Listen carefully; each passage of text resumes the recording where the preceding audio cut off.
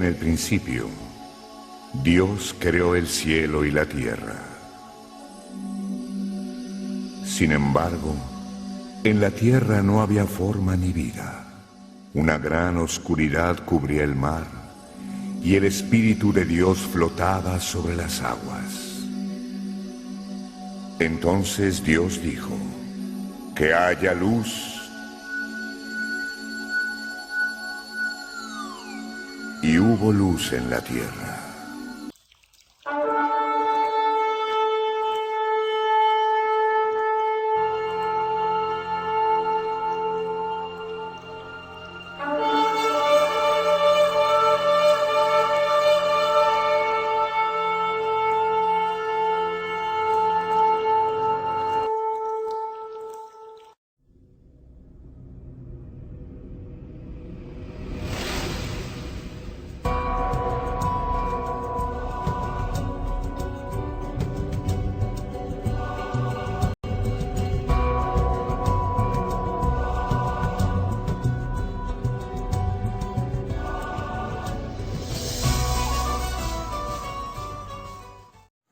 Hola jóvenes, bendiciones para todos ustedes, espero que hayan tenido una semana espectacular. Bueno, el día de hoy continuamos con la escuela bíblica dominical, nos toca el libro de Esdras, así que donde estés viendo este video, en tu casita o en cualquier otro lugar, te pido que alistes tu Biblia, algo para anotar y comenzamos con nuestra enseñanza.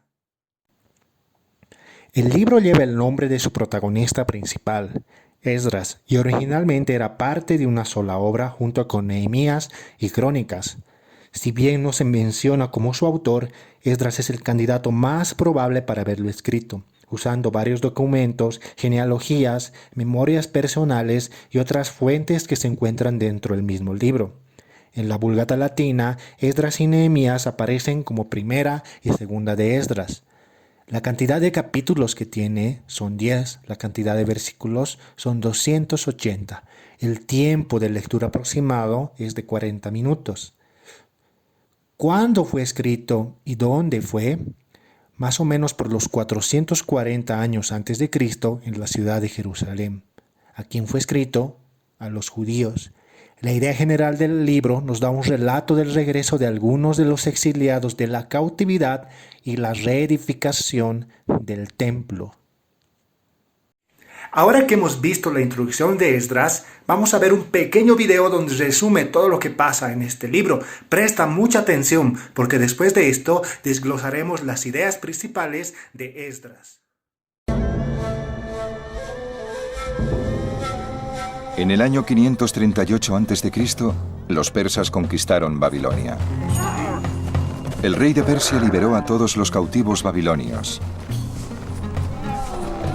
Animó a muchos a volver a su patria, entre ellos a los judíos.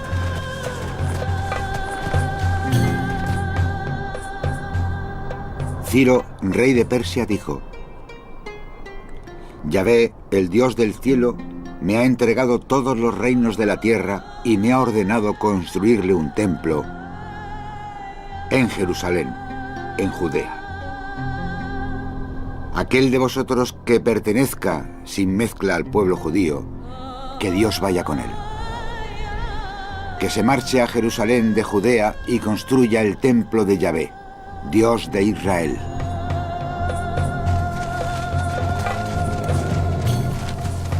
Pero volver a una tierra que sus abuelos habían abandonado hacía décadas era todo un desafío. Y muchos judíos que habían triunfado en la vida se quedaron en Babilonia. Solo los más aventureros y los más profundamente religiosos se fueron a Jerusalén a reconstruir el templo.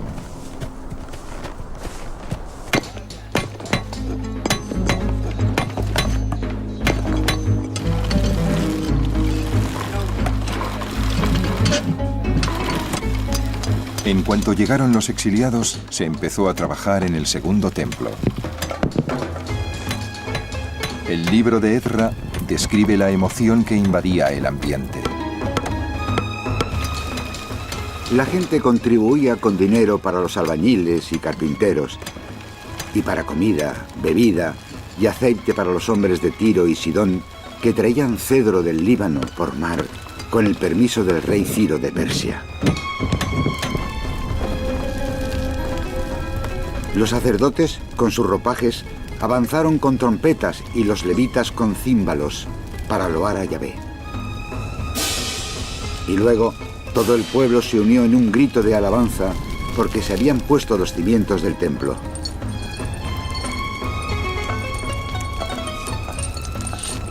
Muchos de los sacerdotes mayores y los jefes de familia que habían visto el primer templo lloraban, pero otros gritaban de alegría.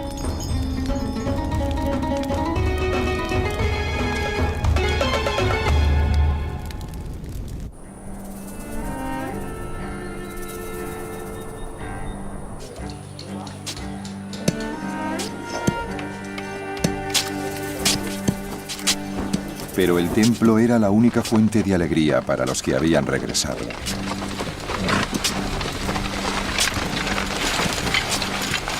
El resto de su mundo era bien triste.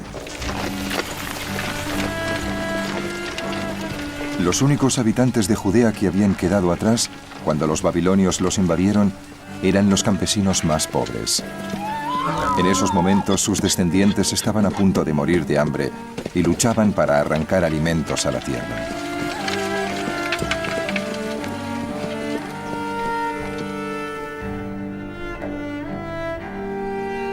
Los únicos que vivían cerca eran extranjeros, que habían sido obligados a establecerse en Israel tras el exilio de las tribus israelitas del norte.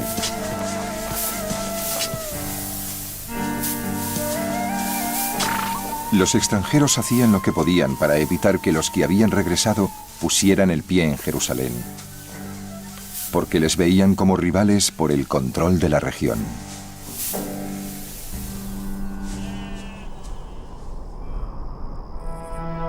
Pero lo peor que tuvieron que soportar los que habían regresado era que su patria ancestral, Jerusalén, estaba arrasada.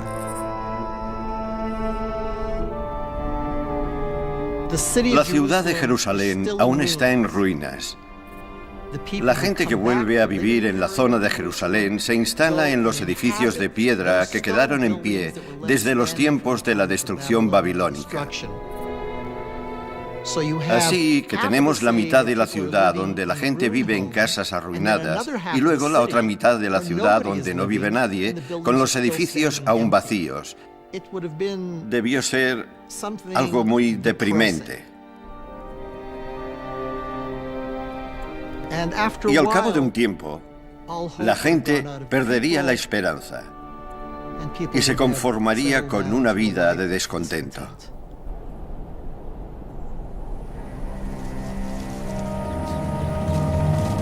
Pronto, incluso la construcción del templo se fue parando por culpa de los conflictos entre los que habían regresado y los extranjeros.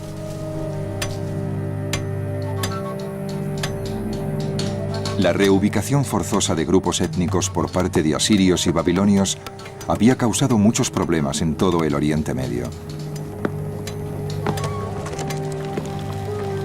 En Judea, la ley y el orden se habían desintegrado.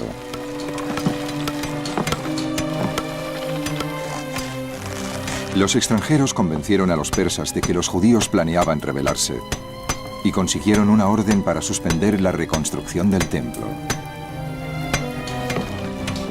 A la larga, los judíos obtuvieron permiso para seguir con las obras, pero eran demasiado pobres y apáticos para terminar el templo.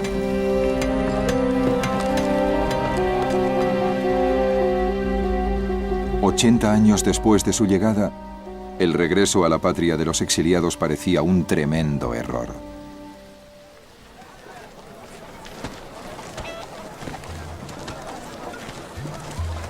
Pero entonces llegó un hombre notable a Jerusalén.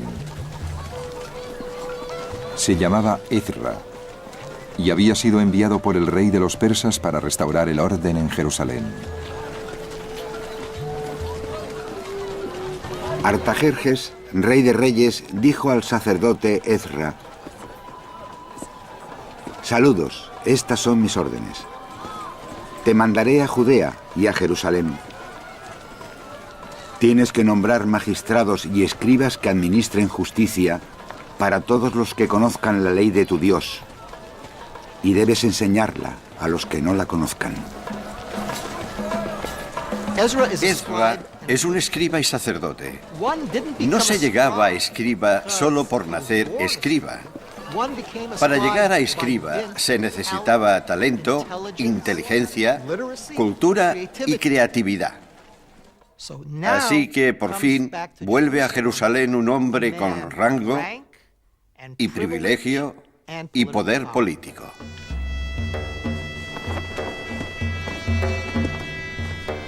Ezra había llegado de Babilonia, donde los escribas judíos habían escrito la primera edición de la Biblia hebrea.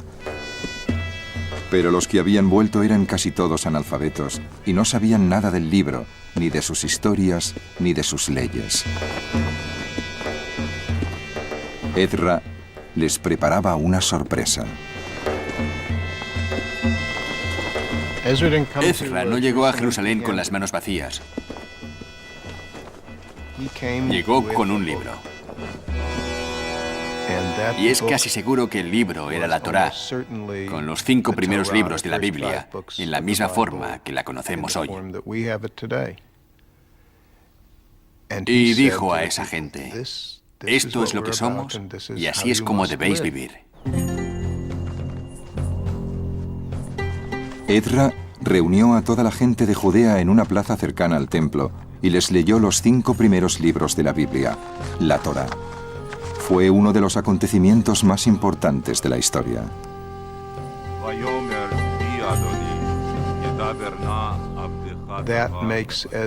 Ezra fue prácticamente un nuevo Moisés, dando a conocer la ley. Él se levantó y dijo al pueblo que si hasta entonces no sabían exactamente lo que tenían que hacer, a partir de ese día sí sabrían siempre lo que estaba bien. Y todo estaba en ese documento, ahí mismo. Sois hijos de Yahvé, vuestro Dios. Tenéis que tomar los diezmos de la cosecha para todo el año y reunirlos en vuestra comunidad. Y dejad que los forasteros, los huérfanos y las viudas de vuestra comunidad se acerquen y coman. Os doy esta orden. Sed siempre generosos con vuestros hermanos y con cualquiera en vuestro país que se vea pobre y necesitado. Recordad que fuisteis esclavos en Egipto y que Yahvé, vuestro Dios, os redimió. Por eso os doy esta orden.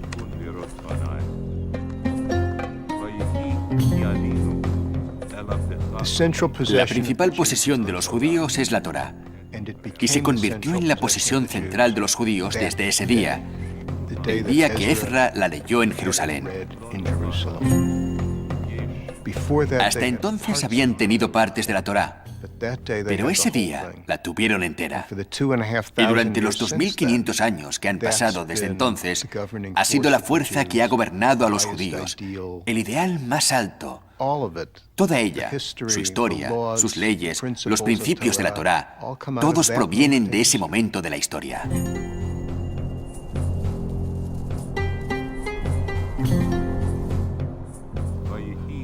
Después de la ceremonia en la que Ezra leyó la Torá, la gente de Judea tuvo que firmar un contrato aceptando vivir según las leyes de la Biblia.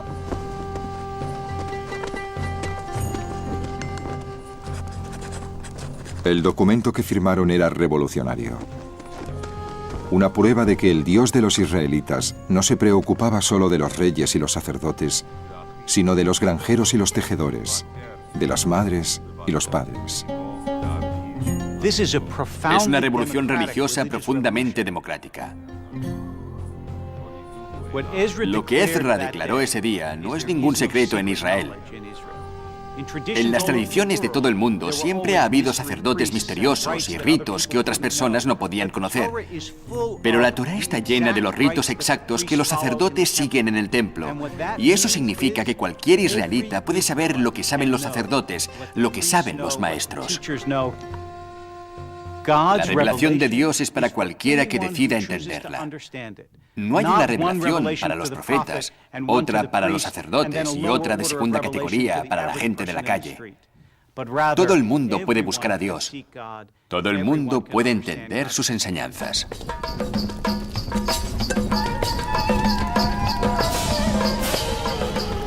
La llamada de Ezra a todos los judíos para que participaran en el contrato revitalizó Jerusalén. El templo fue lo que más se transformó, porque la Torá exigía que el templo tuviera un papel central en la vida judía. No debes poner a trabajar al primogénito de tu rebaño, ni esquilar al primogénito de tus corderos. Debes comerlo tú y los de tu casa una vez al año en presencia de Yahvé, tu Dios. Durante la época del Segundo Templo, solo había un lugar donde el tiempo sagrado y el espacio sagrado se unían. Y todo el espectáculo, la estructura y el ritual de los sacrificios eran el vehículo para que la gente se acercara a Dios.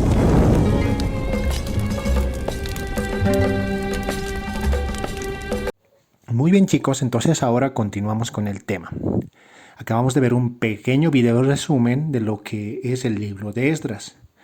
Y ahora vamos a ver cuáles son los puntos claves y los temas históricos los cuales están en este libro.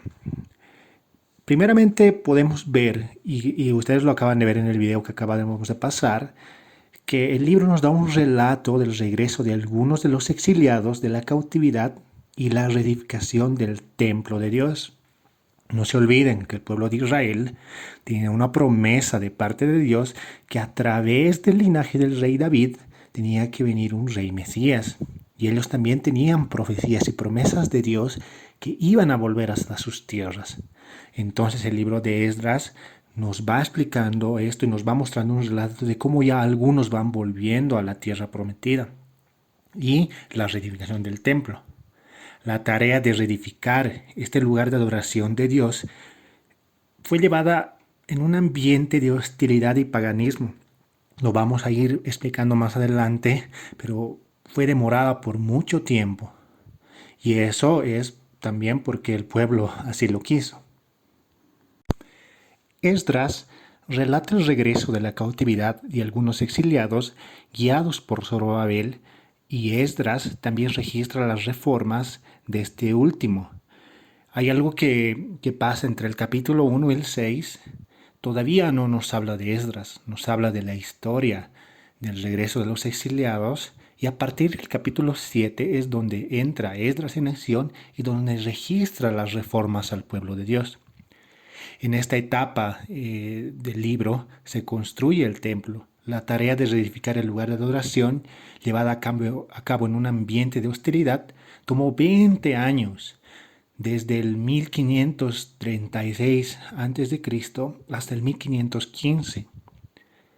Lo más destacable es la restauración de la verdadera adoración del pueblo. Junto con Crónicas y Nehemías constituyen una unidad temática. No se olviden que al principio de la lección decíamos que en la Vulgata tanto Nehemías como Esdras están juntas en un solo libro. Y en los escritos antiguos, Crónicas, Nehemías y Esdras están escritos como uno solo. Bueno, chicos, entonces continuando con esta lección, vamos a pasar a ver los temas históricos y a contar la historia que pasa en todo el libro de Esdras. Para nosotros contar y relatar lo que pasa en Esdras, vamos a dividir el libro en dos partes. La primera parte es del capítulo 1 al 6, donde nos relata el regreso del cautiverio de Israel a sus tierras y la construcción del templo. Y de los capítulos 7 al 10 es donde relatamos cuando ya llega Esdras al pueblo y donde empieza a hacer las reformas. Entonces, en los capítulos del 1 al 6 comienzan con el Señor hablando al rey Ciro de Persia.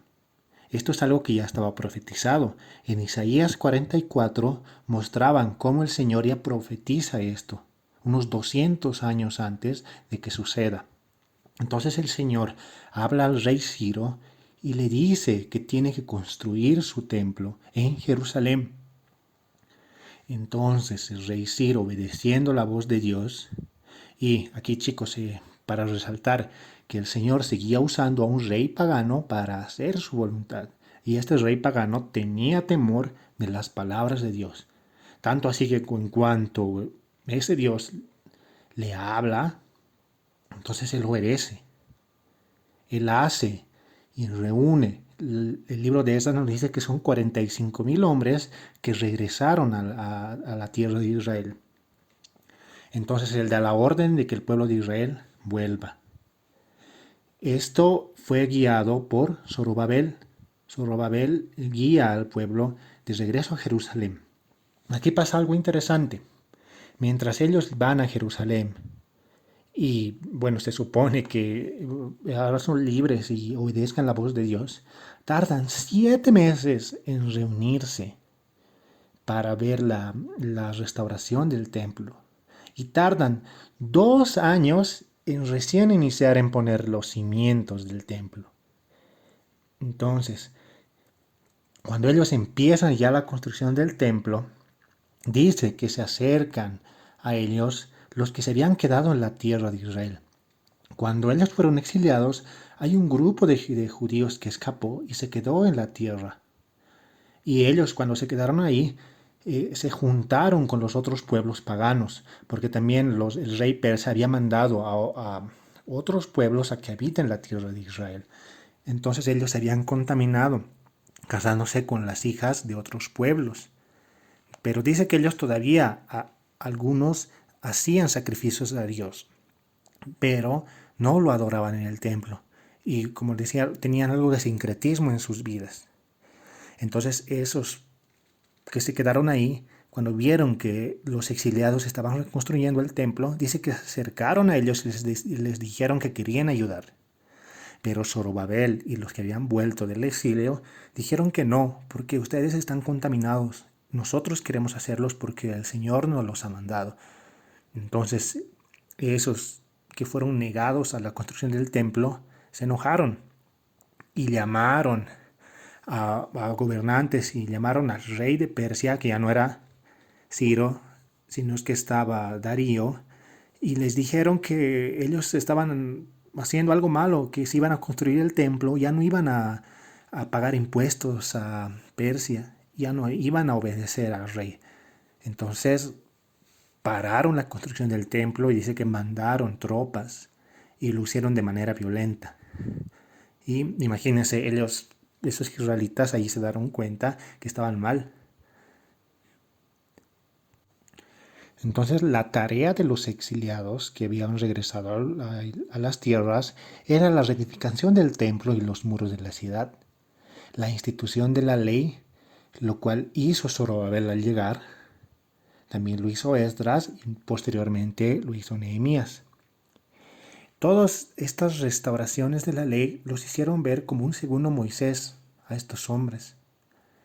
También en este tiempo, ya les había explicado, tenían el problema del desafío de los enemigos locales, los mismos israelitas que se habían quedado y se habían contaminado con los pueblos paganos.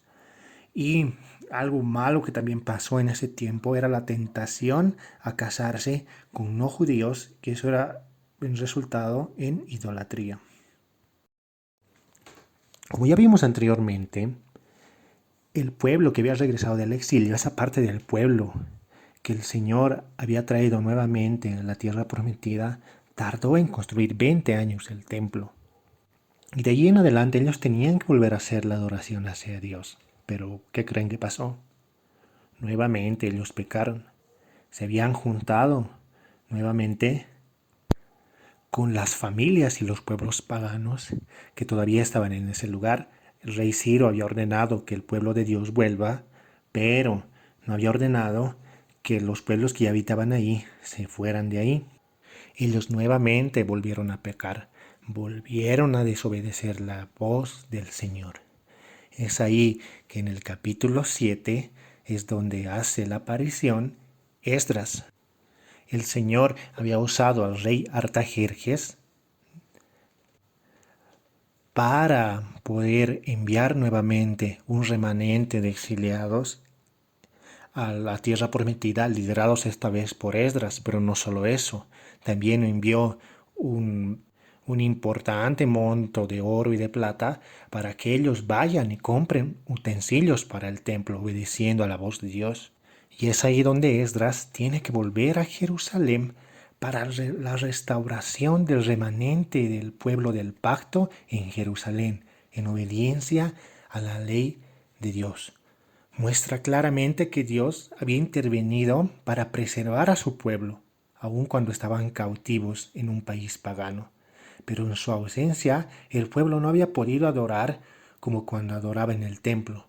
Solo en el templo de Jerusalén pensaban se podía ofrecer la verdadera adoración y el verdadero sacrificio al Dios Redentor. De ahí que la reconstrucción del templo fue tan importante.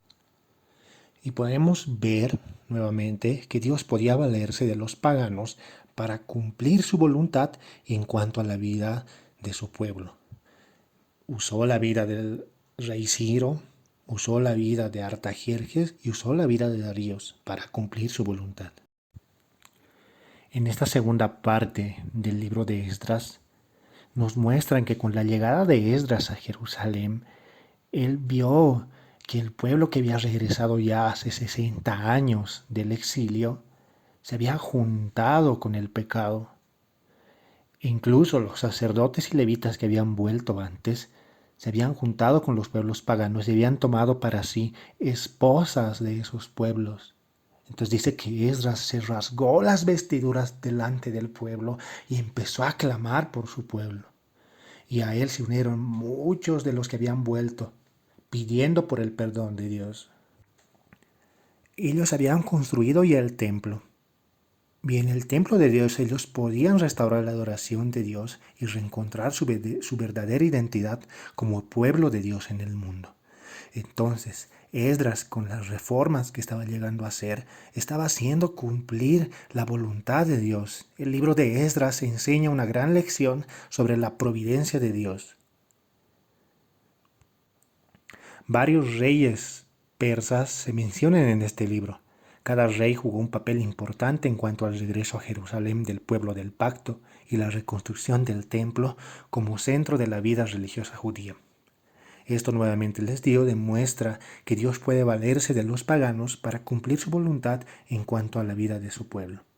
El libro de Esdras termina con Esdras haciendo una reforma de que aquellos que se habían casado con mujeres paganas vayan, se arrepientan y se separen de esas mujeres. Esto es una contradicción ya que Dios no había ordenado que se haga eso. Pero ellos estaban arrepentidos y fueron y lo estaban haciendo. Es así como termina el libro de Esdras. Podemos ver que Dios no había fallado a su pacto. Él seguía amando a su pueblo.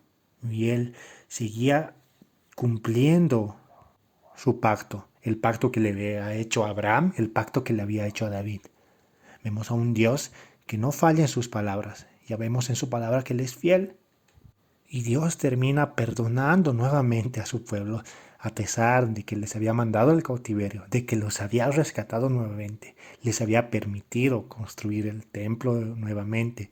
Ellos volvieron a pecar, pero Dios volvió a usar un hombre para que vaya y diga al pueblo: están mal, debemos doblar rodillas delante del Señor.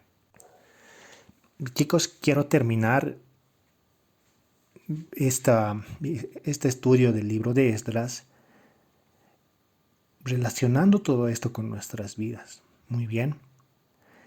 Chicos, Dios nos ha perdonado y ahora somos hijos de Él. Nuestras vidas son nuevas. Y muchas veces nosotros, como el pueblo de Israel, vamos y pecamos. Y hacemos lo malo delante de los ojos de Dios. Pero saben, Él nos ama y nos perdona. Y nos sigue dando oportunidades. Chicos, demostremos la verdadera adoración al Señor. Que Él sea el centro de nuestra vida. Antes, como podemos ver en Esdras, el pueblo necesitaba el templo para adorar a Dios. Necesitaban ese templo para poder ir y ser el centro de su vida religiosa. Necesitaban ese templo para poder ir y adorar a Dios como Él es digno. Pero nosotros ahora tenemos nuestras vidas para adorar a Dios. Él nos ha rescatado y está con nosotros. Está en nosotros, dice la palabra de Dios. Tenemos a su Espíritu que vive con nosotros. Entonces adoremos a Dios como Él realmente se merece.